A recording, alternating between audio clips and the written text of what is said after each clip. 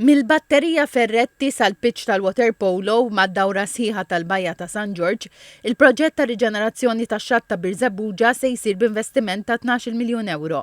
Wara li tlestow id-diżinji issa għaddej il-proċess ta' applikazzjonijiet biex isiru xogħlijiet għal ġid tal-komunità. Id-disinji jiraw l-involviment ta' studenti universitarji mill-Fakultà tal-Ambjent Mibni fl-Università ta' Malta. Is-Segretarju Parlamentari għax-Xogħlijiet Pubbliċi Omar Farrugia qal li fuq tul ta' aktar minn kilometru u nofs tax-xatt ta' din il-lokalità pittoreska, il-proġett se jinkludi 5 spazji miftuħa, uħud li se jinħolqu u oħrajn riġenerati, tisbieħ ta' ġonna u tal-bandli eżistenti, parkeġġ pubbliku taħt l-art u żoni pedonali ġodda.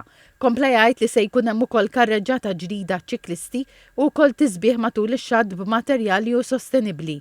Għal ukoll il-klabb tar-regatta se jerġa' jinżel u jkun faċċata tal-Freeport. Il-Ministru għat-Trasport, l-Infrastruttura u x-Xogħlijiet Pubbliċi Chris Bonnet qal li Birżebbuġa il-lokalità importanti ħafna fl-istorja ta' Malta, fosthom minħabba trattat li kien ġie ffirmat bejn Bush u Gorbachev. Qal li għal darb'oħra se jkunu l-ħaddiema tad-Dipartiment tax-Xogħlijiet Pubbliċi li se jaħdmu f'riġenerazzjoni ta' post bħalma hu x-xatt ta' Birżebbuġa. Dan jikkumplementa ħolqa ma' proġetti oħra li għaddejjin bħalissa nitkellmu fuq l-Imsejda Creek li l-andament tiegħu miexi tajjeb ħafna kif ukoll il-proġett tal-Pjazzol Promenat ta' Buġibba illi miexi wkoll. Waqt żjara f'din il-lokalità, il-Prim Ministru Robert Abela qal li l-aħbarijiet pożittivi ekonomiċi u tkabbir ekonomiku qed isarfu fi proġetti ta' ġid komuni. Qal li matul is-snin Birżebbuġa ġarret pis ta' tkabbir industrijali.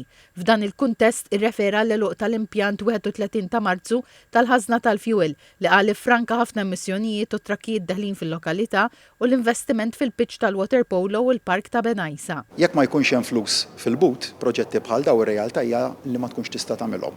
Però dik hija diffikultà li pajjiżna m'għandux. Naħseb l-uniku jew wieħed mill-uniċi pajjiżi stati membri fl-Unjoni Ewropea illi m'għandux dik l-isfida qudiemu. Ħafna pajjiżi oħrajn tant għandhom dik id-diffikultà bażika li qed ikollhom jollu t-taxxi.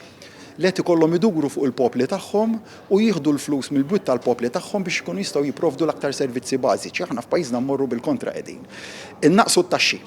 U kull min irċieva l-ewwel salarju ta' din is-sena jaf kemm dik it-tax cut qed tagħmel differenza kbira. Il-Prim Ministru nnota rwol tad-Dipartiment tax-Xogħlijiet Pubbliċi flimkien ma' studenti universitarji u qal li jrid jara aktar entitajiet pubbliċi jikkolaboraw u jieħdu esperjenza pożittiva bħal din. Dr. Abela tkellem ukoll fuq inizjattivi fil-komunità frott ħidma mill-Kunsill Lokali u qal li dan il-proġett ta' riġenerazzjoni tax-xatt ta' Birżebbuġa u parti mill-ħsieb tal-Gvern favur il-kwalità tal-ħajja.